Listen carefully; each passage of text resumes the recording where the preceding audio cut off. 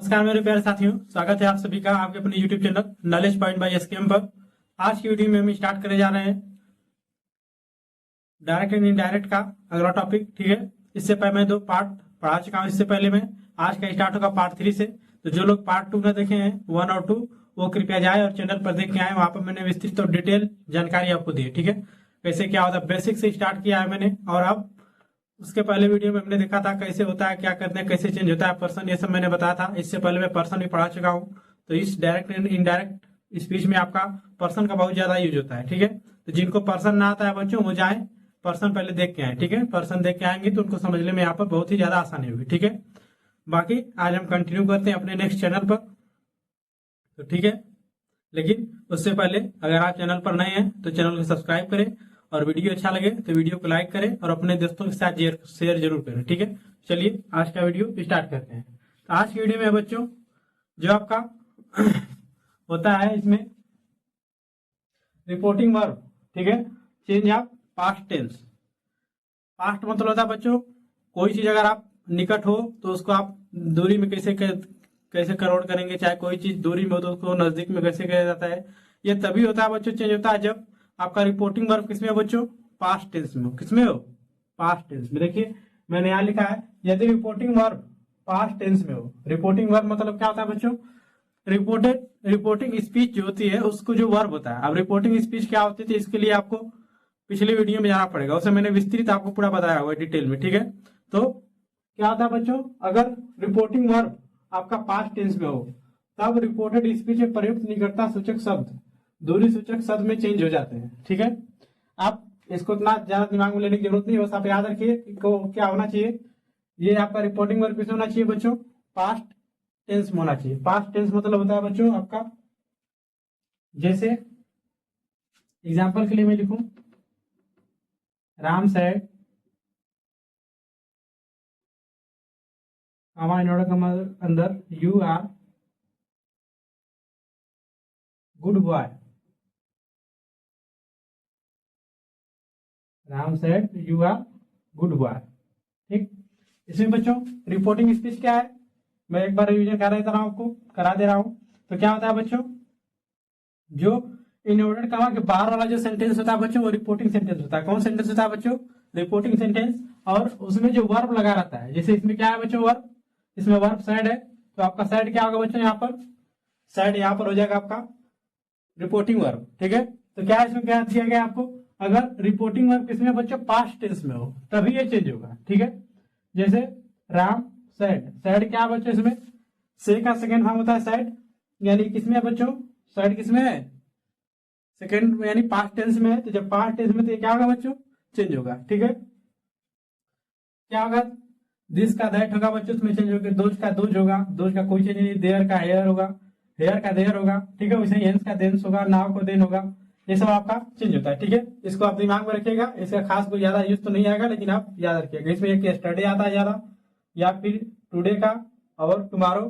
ठीक है, नाउ, ये 3-4 चीजें जो है बच्चों बहुत ज्यादा फ्रिक्वेंटली यूज होगी। ठीक है, तो ये होता है आपका चेंजेस के हिसाब से। तो आप अगर पूछेंगे सर अगर ये मान लीजिए पास्ट टेंस में ना हो, रिपोर्टिंग वर्ब प्रेजेंट में हो, तो ऐसे केस में बच्चों ये होता है कि अगर कोई भी रिपोर्टिंग स्पीच, ठीक, अगर प्रेजेंट या फ्यूचर टेंस में हो, ठीक है, कोई भी रिपोर्टिंग स्पीच अगर प्रेजेंट या फ्यूचर टेंस में हो तो उसको आप पैसिव इनडायरेक्ट में कन्वर्ट करते समय उसमें कोई चेंजेस नहीं होता है। ठीक है, यानी जैसा आपका रिपोर्टिंग स्पीच रहेगा उसके आगे केवल दैट लगाना है आपको और उसका काम हो जाएगा। ठीक है, यहां तक सबको समझना है, इसको आप अपनी कॉपी पर नोट कर लेंगे। ठीक है, इसमें से किसको किसको याद करना है बच्चों, मुख्य रूप से ही याद कर लीजिएगा, स्टरडे, टुडे, नाउ और एक टुमारो का। ठीक है, इतनी चीजें आपको याद होनी चाहिए।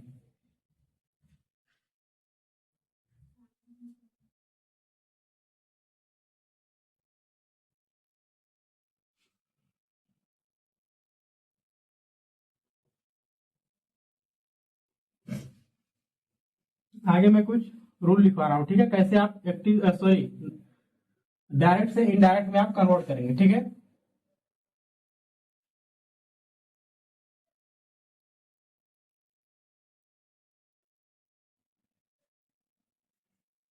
इसमें लिखिए बच्चों की पॉइंट्स। अब इन पॉइंट्स को बहुत ही ध्यान से समझिएगा। की पॉइंट्स। ठीक, क्या की पॉइंट्स? पहला लिखिए, जब हम डायरेक्ट से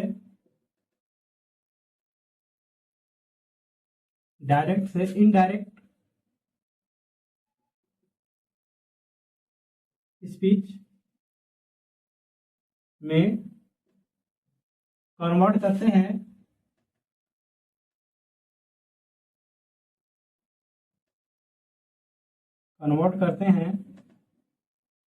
क्या करते हैं बच्चों?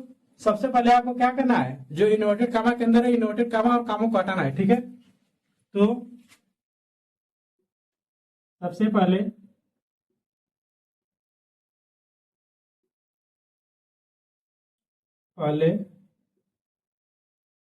कॉमा, ठीक, फिर कॉमा के लिए इन्वर्टेड कामा, यानी जो इन्वर्टेड कामा यानी रिपोर्टेड स्पीच जिसमें होती है बच्चों। ठीक है, क्या करना है, उसको हटाइए,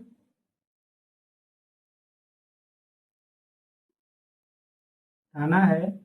उसके बाद क्या करना है बच्चों, उसकी जगह पर आपको दैट लगाना है। क्या लगाना है? और एक चीज और, दैट आप तभी लगाएंगे बच्चों जब वो एसर्टिव सेंटेंस का कहो रिपोर्टेड स्पीच। ठीक है, और यदि रिपोर्टेड स्पीच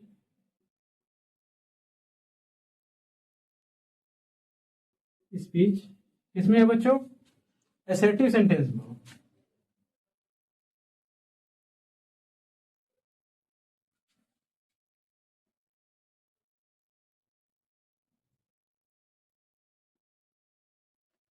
एसर्टिव सेंटेंस में हो तब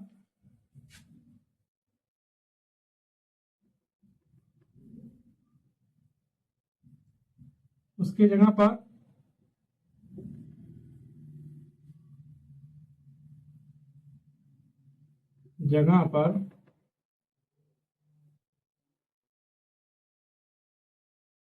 पर क्या लगाएंगे बच्चों?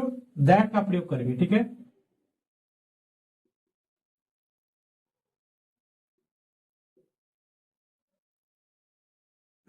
करते हैं।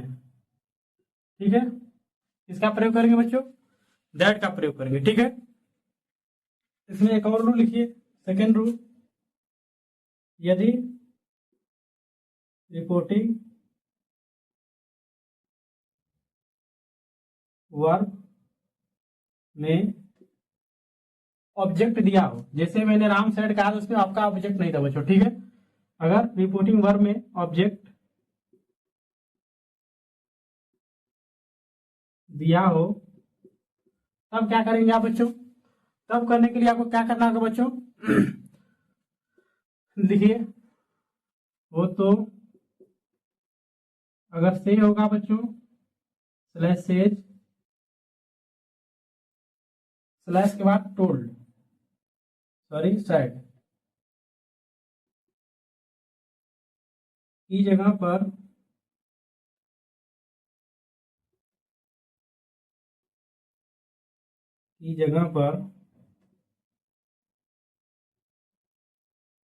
अगर से रहेगा बच्चों तो टेल लगाना है आपको, अगर सेज रहेगा तो टेल्स लगाना है, अगर सैड रहा तो टोल्ड लगाना है। क्या लगाना है बच्चों?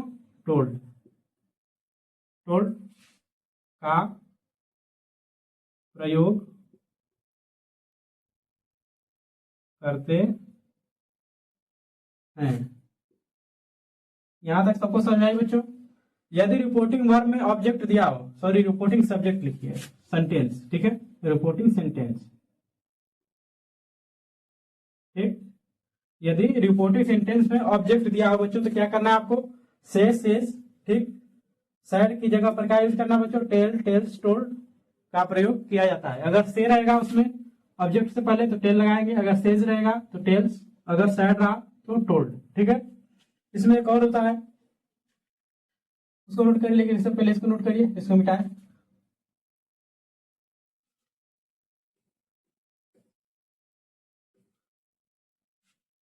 लिखिए थर्ड रूल इसमें, यदि रिपोर्टिंग सेंटेंस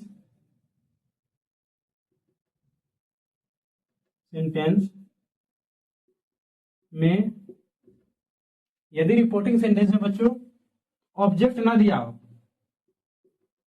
ऑब्जेक्ट न दिया हो,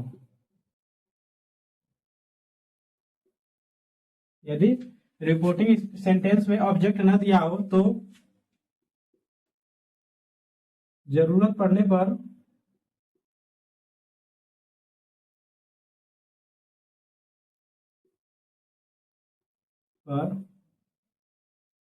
मी को एज ए ऑब्जेक्ट यूज किया जाता है बच्चों। किसको किया जाता है? टू मी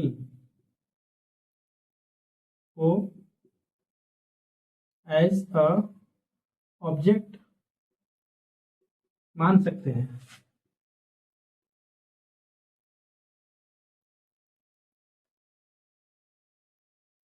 ठीक है बच्चों, यदि रिपोर्टिंग सेंटेंस में ऑब्जेक्ट न दिया हो तो क्या करेंगे बच्चों? आपको अगर ऑब्जेक्ट न दिया हो तो आप टू मी मान सकते हैं। ठीक है, किसी भी सेंटेंस में अगर आपको न दिया हो ऑब्जेक्ट तो उसके जगह आप टू मी मान सकते हैं। इसका प्रयोग कब आता है बच्चों? तो इसका प्रयोग आता है बच्चों, याद रखिए मैंने आपको कुछ समय पहले एक रूल पढ़ाया था कि यू किसके अनुसार चेंज होता है बच्चों? रिपोर्टिंग स्पीच के ऑब्जेक्ट के अनुसार चेंज होता है। किसके अनुसार चेंज होगा? ऑब्जेक्ट के अनुसार।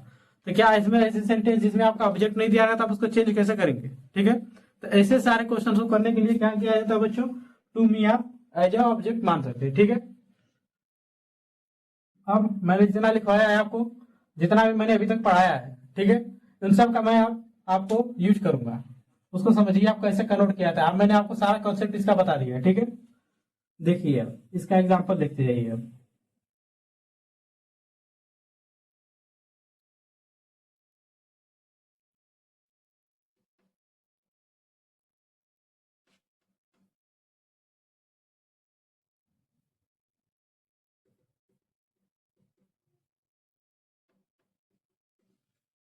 देखिए इसका example,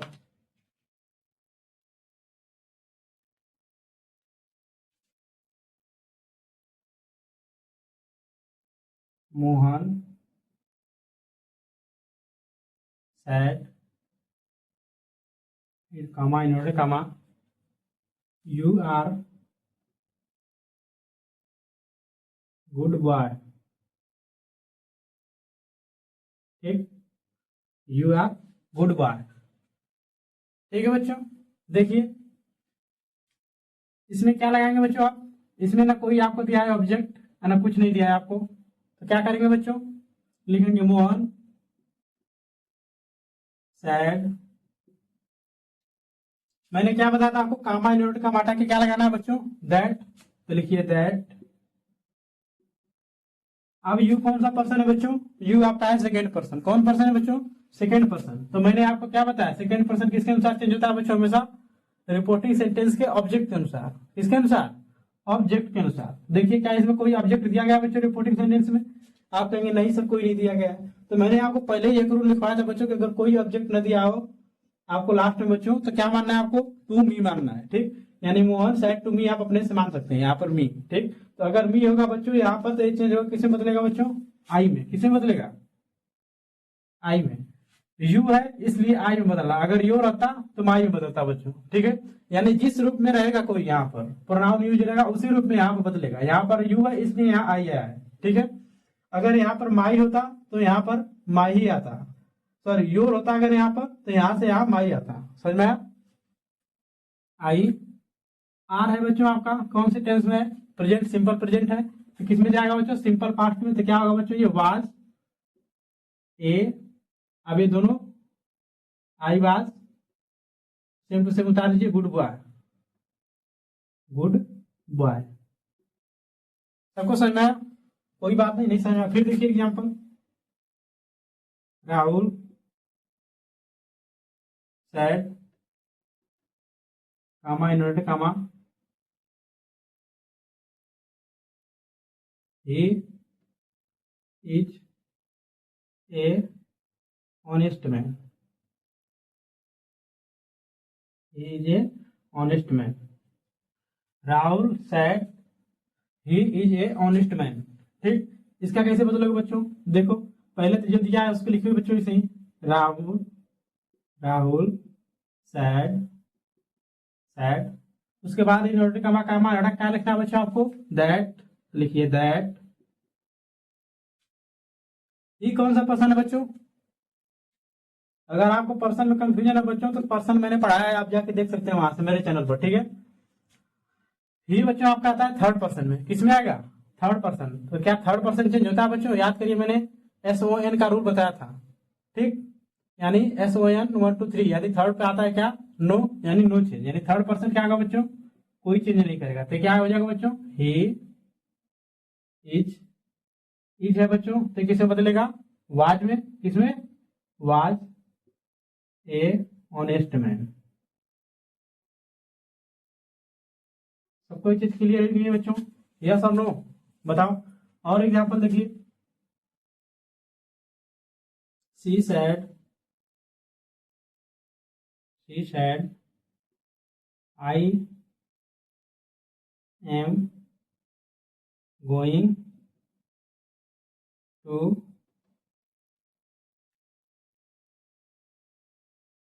I am going to Agra, I am going to Agra. इसको कैसे करोगे बच्चों, इसको पहले जैसे वैसे उतारो, याद करिएगा रिपोर्टिंग स्पीच जो होती है बच्चों उसको कोई चेंज नहीं करना है, ठीक है।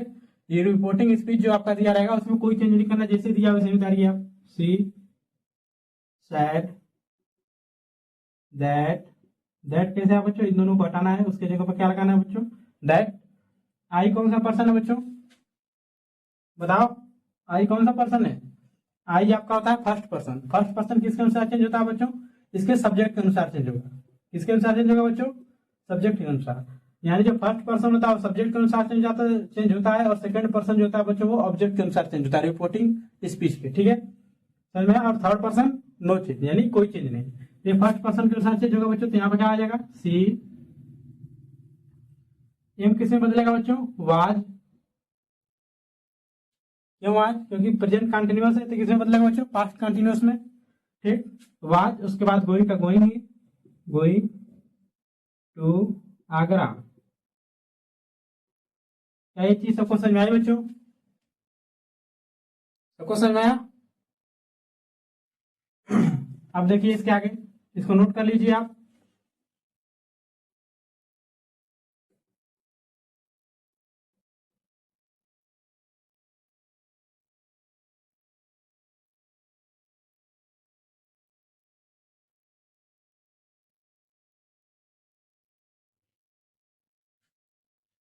आगे देखिए, मोहित सैड,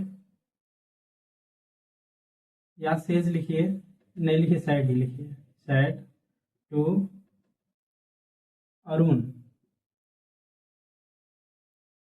अरुण क्या कहता है बच्चों अरुण से, you are, you are, you are admiring him,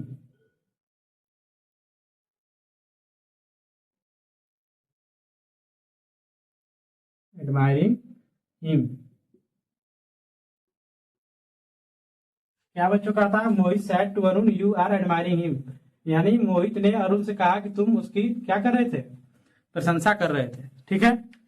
अब इसका कैसे बनाएंगे बच्चों, पैसिव, अरे सॉरी इनडायरेक्ट, पैसिव पढ़ाते पढ़ाते आदत हो गई, ठीक है। कैसे बनेंगे बच्चों, इसको सेम टू सेम वैसे ही लिखिए आप, लेकिन ये आप वैसे नहीं लिखा जाएगा, क्यों नहीं लिखा जाएगा बच्चों, मैंने आपको एक रूल लिखवाया था, इससे जस्ट पहले मैंने आपको रूल लिखवाया था। रूल क्या था बच्चों, यदि रिपोर्टिंग स्पीच में ऑब्जेक्ट दिया रहे, क्या दिया रहा है बच्चों, ऑब्जेक्ट, तो जब अगर ऑब्जेक्ट आपको दिया रहा है बच्चों, तो यहाँ पर देखिए मैंने क्या लिखवाया था, अगर सेज आता तो सेज, सॉरी टेल होता, सेज रहता तो क्या होता बच्चों, टेल्स रहता। अगर सैड है तो क्या लिखोगे बच्चों, वहां पर टोल्ड लिखोगे, क्या लिखोगे, टोल्ड। तो क्या होगा बच्चों, ये Mohan, sorry Mohit told, told to Arun to आप लगा सकते हैं, नहीं भी लगा सकते, ठीक है। आप लगाना चाहे तो यहाँ पर लगा सकते हैं, नहीं आप मत ही लगाइए, ठीक है। अधिकतर जगह ये नहीं दिया रहता है, ठीक है, तो कोई लगाने की जरूरत नहीं है आपको, ठीक है। मोहित टोल्ड अरुण, उसके बाद क्या लगाएंगे बच्चों, दैट। अब यू कौन सा पर्सन है बच्चों, बताओ बताओ, सेकंड पर्सन। सेकंड पर्सन किसके अनुसार चेंज होगा बच्चों, इसके ऑब्जेक्ट के अनुसार, रिपोर्टिंग स्पीच के। ऑब्जेक्ट क्या है बच्चों, अरुण। अरुण मतलब क्या, ही, यानी किसी, किसके बोल रहे बच्चों, मैस्कुलिन जेंडर का बोध हो रहा है इसमें, तो मैस्कुलिन जेंडर के हिसाब से यहाँ पर क्या होगा बच्चों, ही।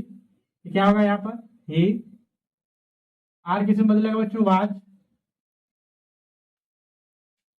क्या हो जाएगा बच्चों, वाज। वाज को नजदीक लिखिए, वाज एडमायरिंग,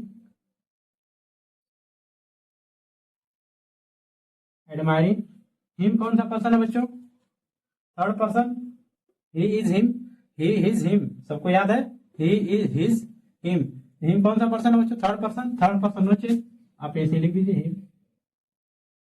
सबको ये चीज समझ में आएगी नहीं, यस और नो, ठीक है। एक और मैं बता दे रहा हूं आपको, देखिए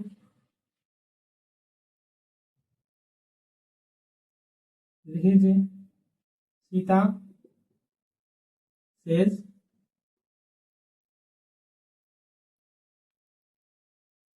Sita says to Ram,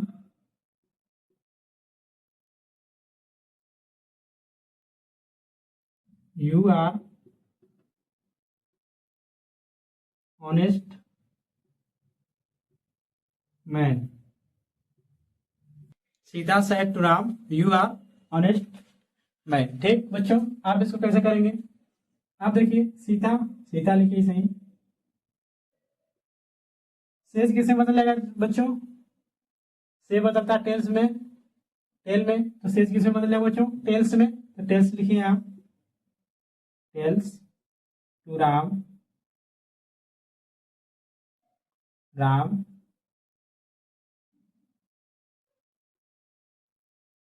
tells Ram,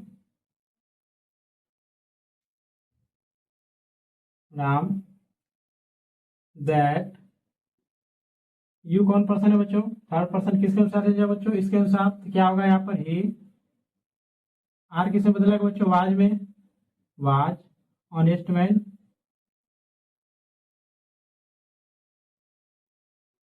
सबको ये चीज क्लियर होगा बच्चों, तो उम्मीद करते हैं आप लोगों को अच्छे से समझ में आ गया होगा, कौन सा पर्सन कैसे चेंज किया जाता है, ठीक है, ऐसे चेंज किया जाता है, ये सब आप लोगों को अच्छे से समझ में आया होगा।